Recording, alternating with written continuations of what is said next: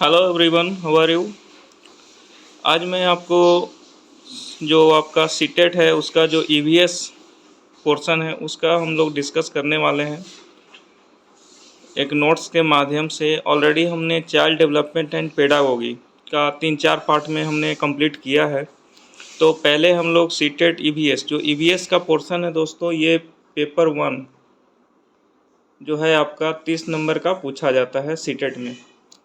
तो इसको भी 2 पार्ट में डिवाइड किया गया है। एक तो ईवीएस का अपना पार्ट हो गया, एससी का हो गया, दूसरा पेडागोगी। तो 15-15 नंबर का होता है, 30 नंबर पेपर 1 में। तो पहले हम लोग सिलेबस देख लेते हैं, कंटेंट क्या क्या है जो आगे हम लोग पढ़ने वाले हैं। आई होप ये 2 पार्ट में आएगा आपका। एक में आपका हो सकता है सीटेट ईवीएस एंड सेकंड में पेडागोगी। तो ये आपका जो है सीटेट ईवीएस सिलेबस में कंटेंट देखते हैं। तो पहला family and friends, family fully NCERT based ये नोट्स बनाया गया है। तो फैमिली एंड फ्रेंड्स इसमें क्या है, relationship, work and play, animals, plants, ये सब के बारे में हम लोग पढ़ेंगे। फिर आपका food, shelter, water, travel, things we make and do. जो आपका ये तो फर्स्ट पार्ट हो गया, ठीक है, ये आपका ईवीएस। सेकंड है दोस्तों आपका पेडागोगिकल इशूज। तो क्या क्या है pedagogical issues, the concept and scope of EVS, EVS environmental science, significance of EVS. जो जो आप सोच रहे हैं ईवीएस में ये क्लोरीन और ओजोन लेयर, ये वो डिस्टेट नहीं है, ये अलग ही टाइप का इसमें सिलेबस है। तो हम एनसीईआरटी से ही बात करेंगे, उससे बाहर हम लोग बात नहीं करेंगे। Significance of EVS, integrated EVS, ठीक है। Environmental studies, environmental education. Next है आपका लर्निंग प्रिंसिपल। फिफ्थ पॉइंट है दोस्तों scope and relation to science and social science. 6 है आपका अप्रोच ऑफ प्रेजेंटिंग कंसेप्ट्स। 7 है आपका एक्टिविटीज। 8 है आपका एक्सपेरिमेंटेशन, प्रैक्टिकल वर्क। और लास्ट आपका डिस्कशन और सीसी और teaching material aids. And last में आपका प्रॉब्लम कुछ क्वेश्चन टाइप होगा। तो मेरा ये सजेशन है कि आप वीडियोज को 1-2 बार देखकर ओवरव्यू ले लें और ज़्यादा से ज़्यादा क्वेश्चन का प्रैक्टिस करें। क्वेश्चन कहाँ से प्रैक्टिस करना है, तो आपका जो प्रीवियस ईयर क्वेश्चन है ना, बस उसी को, इधर उधर का मटेरियल नहीं, क्योंकि किसी को कोई आइडिया नहीं है कि क्या इसमें क्वेश्चन आता है नहीं आता है। तो ओनली प्रीवियस ईयर ही इसका रामबाण हो सकता है। प्रीवियस ईयर क्वेश्चन जो ऑलरेडी 2022 दिसंबर में स्टार्ट हुआ था, जनवरी तक चला था, तो बहुत सारा क्वेश्चन बैंक इसका बन चुका होगा, तो आप उसको देख सकते हैं। तो आइए हम लोग देखते हैं आपका इन्वायरमेंटल साइंस यानी पर्यावरण अध्ययन। तो स्कूल जाना, मान लेते हैं स्कूल जाते हैं हम लोग, तो बांस और रस्सी के पुल का उपयोग किया जाता है। तो कहाँ बांस और रस्सी के पुल का उपयोग किया जाता है, असम में, ठीक है। और हम मान लेते हैं ट्रॉली, ट्रॉली का यूज कहाँ किया जाता है, लद्दाख। और सीमेंट पुल, सामान्य क्षेत्र, समतल या पानी के ऊपर। फिर वल्लम, लकड़ी की छोटी नाव, ये कहाँ यूज होता है दोस्तों, केरल में। फिर आपका जो ऊंट गाड़ी है ये कहाँ यूज होता है, राजस्थान। फिर आपका जो बैलगाड़ी हो गया, बैलगाड़ी कहाँ यूज होता है, तो मैदानी इलाकों में और गांव में। ये सब का ट्रांसपोर्टेशन का जो है पार्ट है। फिर रास्ते पथरीले और असमान होते हैं, ठीक है। तो पहाड़ों में, पहाड़ क्या होता है, पथरीला होता है और एक बैलेंस वे में नहीं होता है। तो ये ज़्यादातर आपको उत्तराखंड राज्य में देखने को मिलता है। फिर ज़्यादातर पक्षियों की आंखें उनके सिर के दोनों तरफ होती है। जो जितने भी पक्षी हैं ना, उनकी आंखें सिर के दोनों तरफ होती है। पक्षी एक ही समय,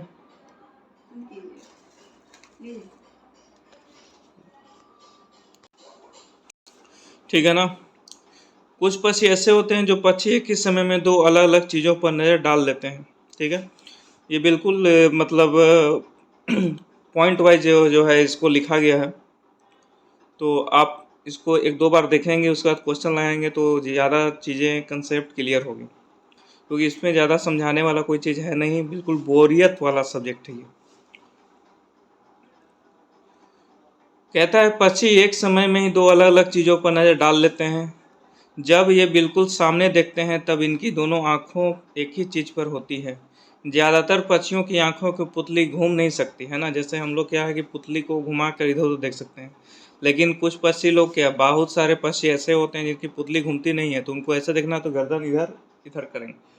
ओके, ये टॉपिक, ये पॉइंट समझ में आ गया होगा। तो वे अपनी गर्दन घुमा कर ही आसपास देखते हैं। कहता है पक्षी जब दोनों आंखें एक ही चीज़ पर केंद्रित करते हैं तो उन्हें चीज़ की दूरी का एहसास होता है। दोनों आँख को अगर एक चीज़ पे कंसंट्रेट करते हैं तो उनको जो है चीज़ की दूरी का एहसास होता है, और जब अलग अलग चीज़ों पर केंद्रित करते हैं तो उनका देखने का दायरा बढ़ता है। ओके। चील, बाज, गिद्ध जैसे पक्षी हमसे 4 गुना ज़्यादा दूर से देख पाते हैं। देखते होंगे चील, बाज, गिद्ध बादलों से ऊपर उड़ते हैं ये लोग, फिर भी ज़मीन पर देख लेते हैं कि क्या कहाँ इनके जो डेड बॉडीज हैं, इनके खाने लायक, वो कहाँ पड़े हुए हैं। इनका अलग मतलब नर्व सिस्टम होता है, सूंघ लेते हैं या जो भी हो, मतलब इनका जो देखने का कैपेसिटी हम लोग से 4 गुना ज़्यादा है। कहता है जो चीज़ हम 2 मीटर की दूरी से दिखाई पड़ती है वही चीज़ ये 8 मीटर की दूरी से देख लेते हैं। समझ रहे हैं इस चीज़ को? एक पक्षी की आंखें, शुरू शुरू आपको लगेगा बोरियत, लेकिन आगे बढ़ेंगे तो थोड़ा आपको इंटरेस्ट लगेगा। ठीक है, तो थोड़ा पेशेंस रखें। एक पक्षी की आंखें उनके सिर पर होती है और उनके सिर पर दोनों तरफ छोटे छेद कान होते हैं। इन्हीं छेदों की मदद से पक्षी सुनते हैं। इसका मतलब पक्षी भी सुनते हैं, उनके भी कान होते हैं, 2 छेद होते हैं। ओके। छिपकली के भी छोटे छेद जैसे कान होते हैं। क्वेश्चन ये पूछता है कि आपका जो छिपकली के कान होते हैं या नहीं होते? तो होते हैं। मगरमच्छ के भी छोटे छेद जैसे कान होते हैं, लेकिन हम उन्हें आसानी से देख नहीं सकते। मगरमच्छ के भी छोटे, रुकिए इसका कलर चेंज करते हैं। ओके, देन ये ठीक रहेगा। जानवरों पर अलग अलग पैटर्न उनकी त्वचा पर बालों के कारण होता है। जैसे मान लेते हैं जैसे जिराफ, जिराफ का देखते होंगे स्पॉट स्पॉट ऐसे ऐसे ऐसे पूरे बॉडी में उनकी बनी होती है। तो ऐसा नहीं कि वो इन्वायरमेंटल के कारण हो गया, उनके बालों का कलर वैसा होता है, इसलिए वो वाइट, काला, ब्लू, नीला ऐसे करके होता है। तो कहता है कि जानवरों पर अलग अलग पैटर्न उनकी त्वचा पर जो होता है ना, वो बालों के कारण होता है। किसी जानवर के शरीर के बालों के बिना कोई पैटर्न नहीं होता है। ये पूछा गया आपका CTET सितंबर 2016 में। तो लोग मार देगा त्वचा पर, है ना, जो अलग अलग कलर होता है किसके कारण? त्वचा कारण नहीं, बालों के कारण। किसके कारण? बालों के कारण। इंपॉर्टेंट ये था इस पॉइंट में, यही कि आपका जो भी कलर होता है ना वो बालों के कारण होता है। ठीक है। नेक्स्ट है आपका कान वाले जानवर, शरीर पर बाल, है ना। तो जैसे जिन जानवर के कान होते हैं, तो ऊपर में हम लोग देखें कौन कौन जानवर के कान होते हैं, और जो शरीर पर बाल होता है तो मोस्टली वो क्या है कि जन्म देते हैं। ठीक है, जन्म देते हैं, यानी मैमल्स कह सकते हैं। और शरीर के बाहर बिना कान छेद वाले जानवर अंडे देते हैं। ये बिल्कुल मतलब कह सकते हैं कि आपका टू द पॉइंट ही सारा कुछ लिखा हुआ है कि शरीर के बाहर बिना कान वाले जानवर अंडे देते हैं, और जो कान वाले जानवर होते हैं और शरीर पर जिनके बाल होते हैं तो वो जन्म देते हैं। ठीक है। सबसे बड़ी मादा हाथी झुंड की मुखिया होती है ना। अगर एक देखा जाए कि 10 हाथी है तो उसमें जिसका जितना ज़्यादा उम्र होगा तो वही उस झुंड का मुखिया होगा। ओके, वो भी मादा हाथी। झुंड में कोई नर हाथी नहीं होते। मान लो अगर झुंड में कोई नर हाथी नहीं है, मान लीजिए, तो वे 14-15 साल की उम्र में झुंड छोड़ देते हैं। 14-15 साल का उम्र हो गया तो क्या करते हैं, वो झुंड को छोड़ देते हैं। एक वयस्क हाथी एक दिन में 100 किलो तक पत्ते और टहनियाँ खा सकता है। मतलब समझ लो जिसका जितना शरीर उतना उसका डाइट, मतलब 100 किलो उसको व्यवस्था करना पड़ेगा पत्ता और टहनियाँ। हाथी दिन में केवल 2 से 4 घंटे ही सोते हैं। हाथी दिन में क्या करते हैं दोस्तों? 2 से 4 घंटे ही सोते हैं। कीचड़ हाथी की त्वचा को ठंडा रखता है। कीचड़ जो है हाथी की त्वचा को ठंडा रखता है। उनके बड़े कान भी पंखे की तरह काम करते हैं। जैसा कि देखते होंगे कान बहुत बड़े बड़े होते हैं। वे खुद को ठंडा रखने के लिए उन्हें फड़फड़ाते हैं। तो नेचर ने भी हर किसी को सब कुछ देकर ही भेजा है। कहता है कि झुंड में 10 से 12 हाथी और बच्चे होते हैं। खेजाड़ी गांव जो राजस्थान के जोधपुर के पास है, ठीक है ना, खेजाड़ी गांव राजस्थान के जोधपुर के पास है। तो लगभग 300 साल पहले इस गांव के लोगों को बचाया था। ठीक है। खेजाड़ी गांव के लोग बिश्नोई कहलाते थे। जो खेजाड़ी गांव है ना, वहाँ के लोग बिश्नोई कहलाते थे। नेक्स्ट है आपका कि खेजाड़ी का पेड़ ज़्यादा पानी के बिना बड़ा हो सकता है। खेजाड़ी का पेड़ जो है ज़्यादा पानी के बिना बड़ा हो सकता है। मतलब खेजाड़ी का जो पेड़ है ना, उसको पानी की ज़्यादा ज़रूरत नहीं है, फिर भी पानी के एब्सेंस में भी वो बड़ा हो जाता है। यह फलियां देता है और कीड़ों से प्रभावित नहीं होता है। सारा कुछ इसमें कहीं ना कहीं करैक्टर भरा हुआ है। पानी भी नहीं चाहिए, कीड़ा से भी इसको कोई दिक्कत नहीं है, और कहीं ना कहीं आउटपुट ही केवल देता है। इनपुट कम दीजिए, आउटपुट ज़्यादा दीजिए, तो बहुत अच्छी बात है। बिहार के मुजफ्फरपुर ज़िले में बोचाचा गांव है। ठीक है, बिहार के मुजफ्फरपुर ज़िले में क्या है, बोचाचा गांव है। तो वहाँ क्या होता है बोचाचा गांव में कि मधुमक्खी का पालन बहुत ही लार्ज स्केल पर किया जाता है।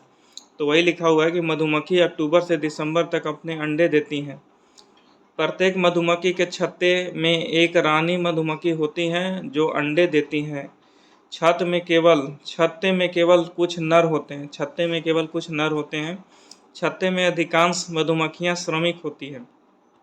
ओके, कहता है आगे कि श्रमिक के रूप में नर मधुमक्खियों की कोई भूमिका, विशेष भूमिका नहीं होती है। श्रमिक के रूप में नर मधुमक्खियों की कोई विशेष भूमिका नहीं होती है। ट्रेन कच्छ गुजरात में गांधी धाम से शुरू होती है और गुजरात का खाना ढोकला, चटनी, नींबू चावल, मिठाई के साथ, है ना। गुजरात का जो खाना होता है वो ढोकला, चटनी, नींबू चावल और मिठाई के साथ होता है। मंडगांव गोवा में है। मंडगांव गोवा में है। तो गोवा से केरल तक के मार्ग में कुल 2000 पुल और 92 सुरंग है। बताओ, इतना अपडेट रखना पड़ेगा। कोझिकोड दक्षिण भारत में केरल राज्य में मालाबार तट पर एक शहर, इसे कालीकट के नाम से भी जाना जाता है। गुजरात से केरल के रास्ते में ट्रेन पार कर सकती है तो महाराष्ट्र, गोवा, कर्नाटक, फिर भारतीय राज्य केरल तक पहुंचती है। अगर गुजरात से कोई ट्रेन खुलती है तो वो आपको महाराष्ट्र, गोवा, कर्नाटक होते हुए तब केरल में पहुंचेगी। अब जो बोली बोला जाता है कौन कौन सा है आप देख लीजिए। जैसे मलयालम, मलयालम बोला जाता है केरल में। ओके, कोंकणी ये बोला जाता है कर्नाटक, महाराष्ट्र, गोवा और केरल के कुछ हिस्सों में। मराठी बोला जाता है दोस्तों महाराष्ट्र, गोवा, दमन और दीव, दादरा और नगर हवेली। और गुजराती बोला जाता है आपका गुजरात में। और कन्नड़ बोला जाता है कर्नाटक, आंध्र प्रदेश, तमिलनाडु, महाराष्ट्र।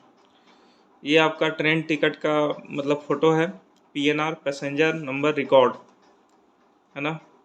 तो देख सकते हैं ये। आगे है आपका कर्नम मल्लेश्वरी के बारे में कुछ लिखा हुआ है, देखते हैं कि क्या तुमने अखबार में इनके बारे में पढ़ा है। कर्नम मल्लेश्वरी एक वेट लिफ्टर यानी भार उत्तोलक हैं। ये आंध्र प्रदेश की रहने वाली है। इनके पापा पुलिस में हवलदार हैं। जब ये 12 साल की थी तभी से वजन उठाने का अभ्यास करने लगी थी।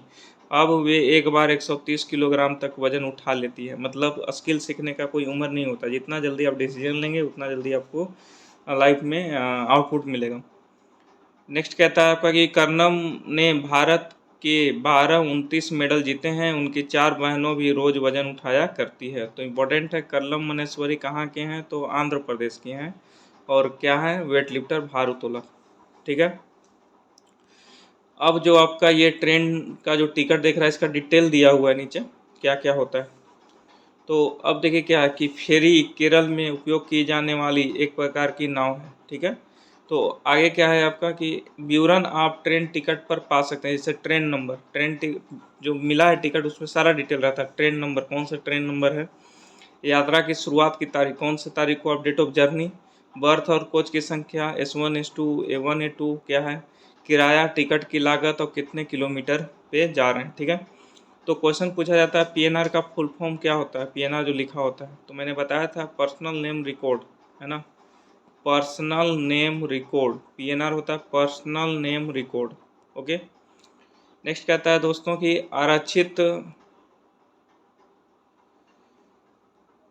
आरक्षित रेल टिकट से निम्नलिखित में से कौन सी जानकारी प्राप्त की जा सकती है। तो बुकिंग की तारीख और समय, यात्रा शुरू होने की तारीख और समय, बिल्कुल सही बात है। कोच नंबर, बर्थ नंबर और किराया, बिल्कुल। यात्रियों का नाम, आयु, लिंग, ये भी रहता है। नाम, बोर्डिंग स्टेशन और अंतिम स्टेशन के साथ ट्रेन नंबर, बिल्कुल। गंतव्य पर पहुंचने की तिथि और ये सब कुछ। तो आई थिंक इसका आंसर दिया है बी, ABCD, यानी ए हो गया आपका, B, C और D। ठीक है ना। ये आपका इतना चारों रहता है। गंतव्य पर पहुंचने की तिथि, गंतव्य मतलब हो गया कि ट्रेन कहाँ लास्ट करेगी, तो वो नहीं रहता है। आपको कहाँ तक जाना है वो डिटेल रहता है। ठीक है। तो ध्यान देंगे क्वेश्चन के ऑब्जेक्टिव पर।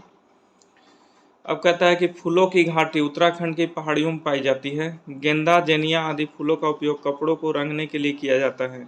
उत्तर प्रदेश में कन्नौज जिला इत्र बनाने के लिए प्रसिद्ध है। ठीक है, कन्नौज जिला कहाँ है? उत्तर प्रदेश में। किस लिए फेमस है? इत्र बनाने के लिए। अब आते हैं बिहार में का जो मधुबनी पेंटिंग बहुत पॉपुलर है। आप देख सकते हैं जहाँ भी जाएंगे तो आपको कहीं ना कहीं एक खासकर जो बाउंड्रीज होते हैं उन पे ज़्यादा ये सब रहता है, या रेलवे स्टेशन पर भी आप देख सकते हैं। तो इसके बारे में हम लोग देखते हैं कि चित्र में डिजाइन मधुबनी कहा जाता है। यह लोक कला का एक पुराना रूप है।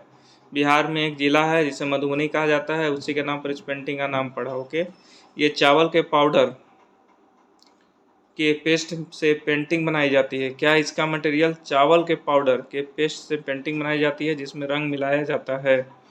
इन्हें बनाने के लिए नील, हल्दी, फूलों और पेड़ों के रंगों का उपयोग किया जाता है। चित्रों में इंसानों, जानवरों, पेड़ों, फूलों, पक्षियों, मछलियों और कई अन्य जानवरों को दिखाया गया है। कहता है कि आपका बेलवनिका गांव कर्नाटक में है। क्या है? बेलवनिका गांव कर्नाटक में है। जीजूभाई बधेका गुजरात में रहते थे। इन्होंने बच्चों के लिए कई कहानियां लिखी हैं। एक भारतीय रॉबिन अपने अंडे सड़क के किनारे पत्थरों के बीच में देता है। कोयल कौवे के घोंसले में अपना अंडा देता है। पक्षी अपने अंडे देने के लिए घोंसले का उपयोग करते हैं। फिर कहता है कि चूजे बड़े होने के बाद पक्षी अपना घोंसला छोड़ देते हैं। जब बच्चे बड़े हो जाते हैं तो घोंसला छोड़ देते हैं। नर्मदा आंध्र प्रदेश में स्थित है। हिलगुंडी कर्नाटक में स्थित है। हिलगुंडी में बच्चों को पंचायत को भीम संघ कहा जाता था।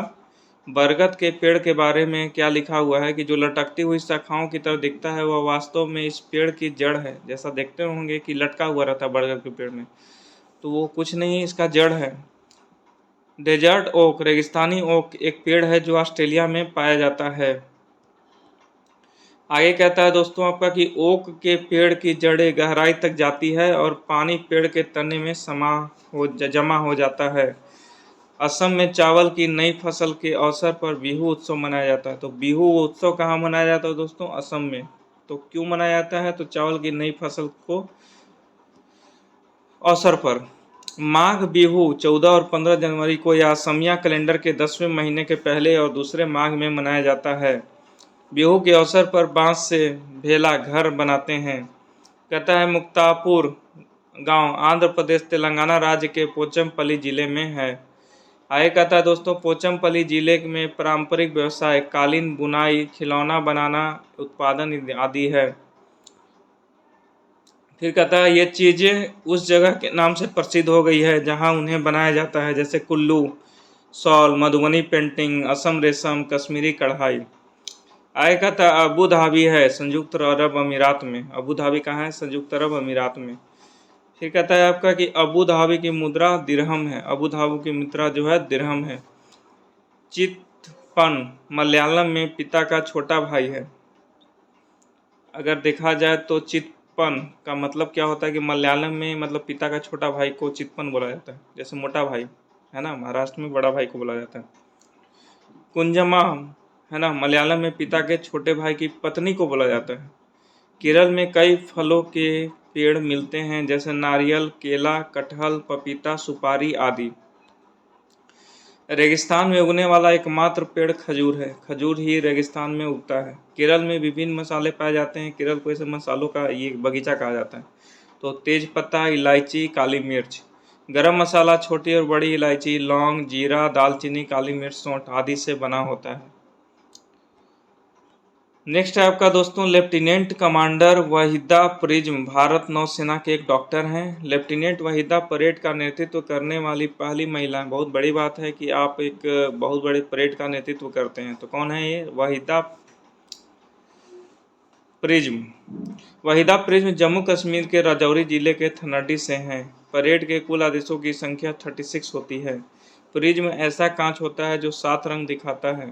तिब्बती, जिसे भोटी भी कहा जाता है, लद्दाख में बोली जाने वाली भाषा है। भोटी भाषा में माँ को आले कहा जाता है। भोटी भाषा में पिता को आले कहा जाता है। नेक्स्ट है आपका रेशम का कीड़ा अपनी मादा कीड़ा को उसकी गंध से कई किलोमीटर दूर से ढूंढ सकता है। रेशम का कीड़ा जो है अपनी मादा कीड़ा को उसकी गंध से कई किलोमीटर दूर से ढूंढ सकता है। ठीक है। चींटियां चलते समय जमीन पर कुछ ऐसा पदार्थ छोड़ती हैं जिसे सूंघकर पीछे आने वाली चींटियों को रास्ता मिल जाता है। कभी आप देखते होंगे कि चींटी ऐसे ऐसे जा रही है, तो आप रास्ता मानते हैं, कोई चीज़ रख दी है, तो क्या होगा कि फिर ये इसको क्रॉस करके फिर वापस इसी लाइन को, ट्रैक को पकड़ लेगी। क्यों? क्योंकि जो चींटी आगे बढ़ते जाते तो पीछे कुछ ना कुछ छोड़ के जाते हैं, ताकि अगला जो है आने वाला इसको पकड़ लेता है। ऐसा आपने देखा होगा, ऑब्जर्वेशन का चीज़ है, डेली लाइफ में ये सब देखने को मिलता है कि चींटियां चलते समय जमीन पर कुछ ऐसा पदार्थ छोड़ती हैं जिसे सूंघकर पीछे आने वाले पक्षियों को रास्ता मिल जाता है। नेक्स्ट आपका, मच्छर हमारे शरीर की गंध खासकर पैरों के तलवे की ओर हमारे शरीर की गर्मी से हमें ढूंढ लेता है। देखते होंगे मच्छर ज़्यादा पैर के तलवे को ही काटना पसंद करता है। क्यों? क्योंकि ज़्यादा गर्मी वहीं होता है, तो वो गर्मी को पकड़ लेता है। सड़क पर कुत्तों को भी अपनी जगह बटी होती है। सड़क पर जो ना, कुत्तों भी अपनी अपनी जगह बैठते हैं। एक कुत्ता दूसरे कुत्ते के मल मूत्र की गंध से जान लेता है और उसके इलाके में बाहर का कुत्ता आया था ऐसा पता चल जाता है। जैसे हमें इतने सारे रंग दिखाई देते हैं, उतने रंग जानवर को दिखाई नहीं देते। आमतौर पर माना जाता है कि दिन में जागने वाले जानवर कुछ रंग देख पाते हैं। रात में जागने वाले जानवर हर चीज़ को सफ़ेद और काली ही देखते हैं। रात में जो जागने वाले जानवर होते हैं ना, उनको मैक्सिमम सफ़ेद और काली ही चीज़ें दिखती हैं। सांप के बाहरी कान नहीं होते हैं, ज़मीन पर हुए कंपन वह महसूस कर पाता है। मतलब सांप को जो है ऐसे कि कान नहीं होता है, वो कंपन, वाइब्रेशन से वो पकड़ता है। जो कहते हैं ना बिन बजाओ और सांप आया, ऐसा कुछ नहीं है। वो बिन बजता है तो एक वाइब्रेशन प्रोड्यूस होता है हवा में। उससे क्या होता है, सरफेस जो है वो आपका उन लोग तक पहुंच जाता है, तो उस चीज़ को पकड़कर वहाँ पहुंच जाते हैं। ठीक है। जंगल में ऊंचे पेड़ पर बैठा लंगूर पास आती मुसीबत जैसे शेर चीता को देखकर एक खास आवाज़ निकालकर अपने साथियों को संदेश देता है। जो लंगूर है ना, तो लंगूर क्या करता है कि मान लो जंगल है, जंगल में लंगूर ही तो नहीं है, बहुत सारे जानवर हैं, शेर, चीता, हाथी और बहुत कुछ। तो लंगूर क्या करता है, ऊपर बैठा रहता है, तो देखता है कि कोई अगर आ रहा है, मान लो वो क्या करते हैं, पशु को मारने वाला कोई आदमी अगर आ रहा है इस तरीके का, तो लंगूर उसको देखकर और फिर अलग टाइप का आवाज़ निकालता है, जिससे सारे पशु पक्षी सुन लेते हैं और उनको पता चल जाता है कोई मुसीबत आने वाला है। तो वो लोग क्या है, अलर्ट मोड में हो जाता है। तो देख लो कितना बड़ा इन लोग का जो है ग्रुप प्लानिंग है। लंगूर लंगूर का काम क्या है, ऊपर छत के ऊपर था, तो वो क्या किया कि देखा कि कोई आ रहा है, हम लोग को पकड़ने, तो क्या किया कि एक प्रकार का वो आवाज़ निकाला जिससे सारे लोग अलर्ट हो गए। ओके। कुछ पक्षी अलग अलग खतरों के लिए अलग अलग आवाज़ें भी निकालते हैं। ठीक है। कहता है जैसे उठ कर आने वाले दुश्मन के लिए एक तरह की आवाज़, मान लो कोई दुश्मन आ रहा है तो उसके लिए अलग आवाज़ है, और ज़मीन पर चलकर, अच्छा उड़ कर आने वाले दुश्मन के लिए, मान लो कोई उड़ कर आ रहा है तो उसके लिए अलग आवाज़ है, और ज़मीन पर चल कर आने वाले के लिए दूसरे तरह की आवाज़ है। तो होगा, रडार है उन लोग का भी अलग टाइप का। मछलियाँ खतरे की चेतावनी एक दूसरे को बिजली तरंगों से देती है। जैसे मान लो कि मछली है, यहाँ मछली है, सुपर डेट, तो अब कोई आया यहाँ जाल बिछा दिया, तो ये तो फंस गया और ये आधा फंसा है, तो इन लोग क्या है कि तुरंत एक वेव तरंग भेजेगा इन लोग को कि भागो भागो, यहाँ हम लोग फंस चुके हैं, फंसने का चांस है, तो इन लोग तुरंत यहाँ से स्विच कर जाएगा। तो इस तरीके का इन लोगों का अपना कम्युनिकेशन स्किल्स होते हैं कि मछलियाँ खतरे की चेतावनी एक दूसरे को बिजली तरंगों से देती है। कुछ जानवर तूफान या भूकंप आने से कुछ समय पहले अजीब हरकत करते हैं। सही बात है। जैसे भूकंप आता है तो कुत्ता कुछ अलग टाइप का उसका बिहेवियर हो जाता है। जो लोग जंगल में रहते हैं वे जानवर के इस व्यवहार को समझते हैं। वे जान लेते हैं कि भूकंप आने वाला है, कुछ अनहोनी होने वाला है। अब देखिए कुछ इसमें अपडेट दिया हुआ है कि 2004 में दिसंबर में आए सुनामी से कुछ समय पहले जानवरों की अजीब व्यवहार और उनके द्वारा दी गई चेतावनी भरी आवाज़ों को अंडमान की एक खास आदिवासी जाति समझ गई, है ना। बहुत कुछ आने वाला था, बहुत बड़ा, तो क्या हुआ कि लोग अजीब हरकत करने लगा, तो वहाँ के आदिवासी जाति समझ गई, तो उन्होंने वह इलाका खाली कर दिया। इस प्रकार इस जाति के लोग सुनामी के कहर से अपनी जान बचा पाए। देख लीजिए।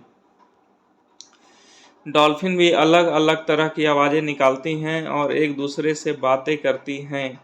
वैज्ञानिकों का यह मानना है कि कई जानवर को अपनी पूरी भाषा आती है, स्लॉथ भालू जैसे दिखते हैं पर भालू नहीं है। स्लॉथ भालू जैसे दिखते हैं पर भालू नहीं है। ओके, कहता है ये दिन के करीब 17 घंटे पेड़ों से उल्टे सिर लटका कर मस्ती पे सोते हैं। समझ रहे हैं ना, स्लॉथ जो है ना भालू की तरह दिखते हैं लेकिन भालू नहीं है। तो अब चलो स्लॉथ की बात करें, तो दिन का अगर 24 घंटा होता है तो 17 घंटा ये पेड़ों से, मतलब सिर नीचे और पैर ऊपर करके लटक कर मस्ती से सोता है ये, ठीक है।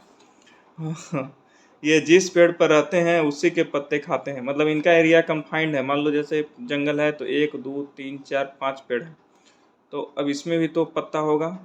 तो इसका क्या है कि कोई एक टहनी ले लेगा और आराम से सिर नीचे करेगा और पैर ऊपर आराम से लटका हुआ है। जब भूख लगा तो इसी का पहले पत्ता खाएगा, इसका पत्ता समाप्त हो जाएगा तो ये नेक्स्ट पेड़ में चला जाएगा। तो फिर इसमें सेम वही करेगा, 17 घंटा सोएगा और 5 घंटा खाएगा इसके पत्ता को।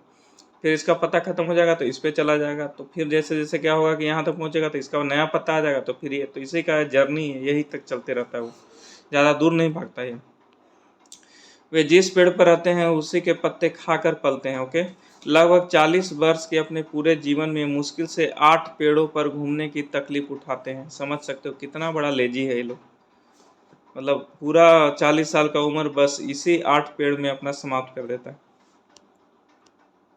कहता है ये सप्ताह में एक बार ही शौच करने के लिए पेड़ से नीचे उतरते हैं, वो भी बहुत मुश्किल से उतरता होगा। सोचो, सप्ताह में एक बार ही शौच के लिए पेड़ से नीचे उतरते हैं। स्लॉथ कहाँ है? स्लॉथ पकड़ना होगा उसको। बाघ की मूछें हवा में हुए कंपन की भाप लेती है और उसे शिकार को बिल्कुल सही स्थिति का पता चल जाता है। जैसे बाघ है, बाघ मान लो, ऐसे समझो कि ये आपका बाघ है, ठीक है। तो इसका ये पूंछ है, मूछ है, मूछ। तो होता क्या है कि दो तरीके, एक तो नेचुरल हवा बहेगा तो उससे इसका कंपन होगा, और एक होगा कि मान लो यहाँ शिकारी है, ठीक है, तो इससे भी कुछ हो सकता है कि मूवमेंट हो, तो इससे भी इसका हो सकता है मूछ का मूवमेंट हो। तो ये पता कर लेता है कि ये जो मूवमेंट हो रहा है शिकारी के कारण है या नेचुरल हवा के कारण है। तो कहता है कि बाघ की मूछें हवा में हुए कंपन को भांप लेती है और उसे शिकार की बिल्कुल सही स्थिति का पता चल जाता है। तो अब क्या है कि यहाँ मान लो कोई आ रहा है इस पे हमला करने, तो इससे क्या है, वेव निकलेगा कुछ, तो इसका मूछ जो है ना पूरा एकदम रडार की तरह काम करता है। तो ये अपना लोकेशन को ट्रैक कर लेता है कि कितने लोकेशन पर हमारा शिकारी है। तो ये था इसका कहने का मतलब। अब कहता है दोस्तों कि बाघों की मूछों से इन्हें अंधेरे में रास्ता ढूंढने में भी मदद मिलती है, ठीक है। बाघ अपने इलाके में मूत्र करके अपनी गंध छोड़ते जाते हैं। मूत्र करते हैं तो अपना वो लोकेशन को एक प्रकार से पता करने के लिए वो उन लोग का सेंसर है कि गंध को पकड़ लेता है। यह इलाका कई किलोमीटर बड़ा हो सकता है, इनका इलाका बहुत बड़ा हो सकता है। एक बाघ किसी दूसरे बाघ के मूत्र की गंध को झट से पहचान लेता है ना। कोई अगर मूत्र वहां करके गया है, वो दूसरा चला गया है, तो दूसरा बाघ आएगा तो उस चीज को पकड़ लेगा। बाघ मौके के अनुसार अपनी आवाज बदलता रहता है। जैसे गुस्सा में है तो कोई और आवाज, कराहना में है तो कोई और आवाज, और गुर्राना में है तो अलग आवाज, और बाघिन को बुलाना हो तो अलग आवाज। वाह वाह वाह, मतलब बाघिन को बुलाना हो तो अलग आवाज, कहारना है तो कराहना है तो अलग आवाज, गुर्राना है तो अलग आवाज, गुस्से में है तो अलग आवाज। इस तरीके का है दोस्तों। कहता है बाघ का गुर्राना 3 किलोमीटर दूर तक सुना जा सकता है। बाघ जो गुर्राता है ना वो 3 किलोमीटर दूर तक सुना जा सकता है। कहता है बाघ हवा से पत्तों के हिलने और शिकार की झाड़ियों में हिलने से हुई आवाज में अंतर को भांप लेता। वही मैं पहले बताया ना कि बाघ का मान लो जैसे मूछ है, तो एक तो नेचुरल हवा चलेगा तो उससे जो पत्ता हिलेगा उसको पकड़ लेगा, एक जो शिकारी के हमले से जो पत्ता हिलेगा उसको ये लोग पकड़ लेगा। तो इस तरीके से वो पोजीशन को पकड़ लेता है, किस पोजीशन पे क्या है। कहता है कि बाघ के दोनों कान बाहर की आवाज इकट्ठा करने के लिए अलग अलग दिशाओं में बहुत ज़्यादा घूम जाते हैं। मतलब बाघ का जो दोनों कान है ना वो बाहर की आवाज़ इकट्ठा करने के लिए अलग अलग दिशाओं में बहुत ज़्यादा घूम जाते हैं। फिर कहता है बाघ इतना सतर्क जानवर है लेकिन इन सब के बावजूद आज वह खतरे में है। मतलब इतना उसको गॉड गिफ्टेड मिला हुआ है कि बाघ के दोनों कान बाहर की आवाज़ इकट्ठा करने के लिए अलग अलग दिशाओं में ज़्यादा घूम जाते हैं। तो बाघ इतना सतर्क जानवर है लेकिन इसके बावजूद आज खतरे में है, ठीक है। हाथी के बारे में बात हम लोग करेंगे। बाघ के बारे में तुमने बहुत सारा कुछ कर लिया बात। नेक्स्ट हम लोग बात करेंगे, हाथी को उनके दांतों के लिए मार दिया जाता है। उनके जो दांत होते हैं ना बहुत ज़्यादा कॉस्टली होते हैं, तो समय के साथ उनको मार दिया जाता है। ठीक है। गैंडे को सींग के लिए मार दिया जाता है। जो गैंडा होता है उसका सींग इंपॉर्टेंट होता है, इसलिए उसको मार दिया जाता है। शेर, मगरमच्छ और सांप को उनकी खाल के लिए मार दिया जाता है। कस्तूरी हिरन को थोड़ी सी खुशबू के लिए मार दिया जाता है। ठीक है। आगे कहता है कि हमारे देश में बाघ और अन्य कई जानवर की गिनती इतनी कम हो गई है दोस्तों कि इनके लुप्त होने का खतरा है, मतलब इंडेंजर्ड स्पेसीज हो चुके हैं। तो जल्द में ही देखा होगा बाघ लाया गया है अदर कंट्री से, और आपका जो बांदीपुर, एग्जैक्टली बांदीपुर में नरेंद्र मोदी ने उनको छोड़ा था, करीब 7-8 बाघ को, चीता को। तो हमारे देश की सरकार इन्हें बचाने के लिए बहुत से जंगलों को सुरक्षा दे रही है, जैसे उत्तराखंड का जो जिम कार्बेट नेशनल पार्क है। फिर कहता है राजस्थान के भरतपुर जिले में घाना, घाना जो है भरतपुर जिला है राजस्थान का। इन जंगलों में जानवरों का शिकार मना है, बिल्कुल मना है। यहाँ लोग जानवर या जंगल को कोई नुकसान नहीं पहुंचा सकते। आगे कहता है दोस्तों कि सपेरे लोगों को कालबेलिया कहते हैं, सपेरे लोगों को कालबेलिया कहते हैं। कालबेलिया नाच में भी सांप जैसी मुद्राएं होती है, कालबेलिया जो है नाच में भी सांप जैसी मुद्राएं होती हैं। हमारे देश में पाए जाने वाले सांपों में से केवल 4 तरह के सांप ही जहरीले होते हैं। सांप तो बहुत तरह के होते हैं, लेकिन कहा जाता है कि 4 तरह के जो सांप है ना वो जहरीले होते हैं। कौन कौन से हैं? एक तो नाग हो गया, एक कराइत हो गया, एक दुबैया हो गया, एक हो गया अफाई। ओके, तो ये देख सकते हैं आप फिगर, जैसे ये अफाई ऐसा होगा तो अफाई, ये दुबैया, और ये नाग हो गया, और ये आपका कराइत। कहता है कि सांप जब किसी को काटता है तो उसके 2 खोखले जहर वाले दांतों से उस व्यक्ति के शरीर में चला जाता है। जो आगे का 2 खोखला जहर वाले दांत होते हैं ना, वो उसके शरीर में चला जाता है। जहर के असर को खत्म करने वाली दवाई सीरम सांप के जहर से ही बनाया जाता है। देख लो, खुद वो जहर डाला और उसी के दांत के जहर से ठीक करने वाला दवा भी बनता है। और यह दवाई सीरम सभी सरकारी स्वास्थ्य केंद्रों में मिलता है। इसलिए आपको इस तरह का कुछ हो तो तुरंत सरकारी स्वास्थ्य केंद्र में जाएं, वहां आपको तुरंत इसका इलाज हो सकता है। आमतौर पर हमारे पेट के अंदर का तापमान 30 डिग्री सेंटीग्रेड होता है। हमारे पेट का पाचक जो है रस एसिड की तरह होता है। काला हांडी में सबसे अधिक चावल पैदा किया जाता है। काला हांडी एक जगह है जहाँ सबसे ज़्यादा चावल पैदा किया जाता है, फिर भी यहाँ के लोग भूखमरी का शिकार होते हैं। अब है आपका आत्रेयपुरम गांव, आंध्र प्रदेश में स्थित है। आत्रेयपुरम गांव आंध्र प्रदेश में स्थित है। अब कुछ नीचे तालिका दिया गया है, एक तरफ चीज़ें दी हुई है, कुछ चीज़ों का नाम दिया गया, दूसरी तरफ उन्हें 1-2 दिन तक खराब होने से बचाने के लिए घरेलू उपाय। जैसे दूध है तो दूध आया है तो उसको उबाल लीजिए, तो उसको क्या है 2-3 दिन तक आप रख सकते हैं सही तरीके से, नहीं उबालेंगे वो फट जाएगा। ठीक है, तो ये चीज़ हो गया, ये घरेलू उपाय। दूध है उसको उबालिए। पके हुए चावल एक कटोरी में डालकर पानी के बर्तन में रखते हैं। ठीक है ना, कटोरी में डालकर पानी के बर्तन में मान लो रख दिए, और उसको बड़ा सा बर्तन में पानी भर के उसको रख दिए, तो इससे क्या होगा, वो बच जाएगा, खराब नहीं होगा। हरा धनिया गीले कपड़ों में लपेट देते हैं तो हरा रहेगा। प्याज लहसुन खुले में रखते हैं, नमी से बचाकर, खुला में, इन्हें प्लास्टिक बंद करके नहीं। हाँ, नेक्स्ट कहता है आपका अचार रखने से पहले शीशी को धूप में सुखाया जाता है। बिल्कुल सही बात है, ताकि मॉइस्चर ना रहे। ये तो लॉजिक वाली बात है, घरों में देखा होगा आपने कि अचार रखने से पहले शीशी को धूप में सुखाया जाता है ताकि शीशियों में नमी निकल जाए। अगर शीशी में थोड़ा भी नमी रहेगा तो अचार सड़ जाएगा। ठीक है। नेक्स्ट कहता है कुछ ऐसे पौधे भी होते हैं जो मेढक, चूहों, कीड़े मकोड़े, छोटे जीवों का शिकार करते हैं। कुछ ऐसे पौधे भी हैं जो चूहों, मेढक, कीड़े मकोड़े और छोटे जानवरों का शिकार करते हैं। इन्हें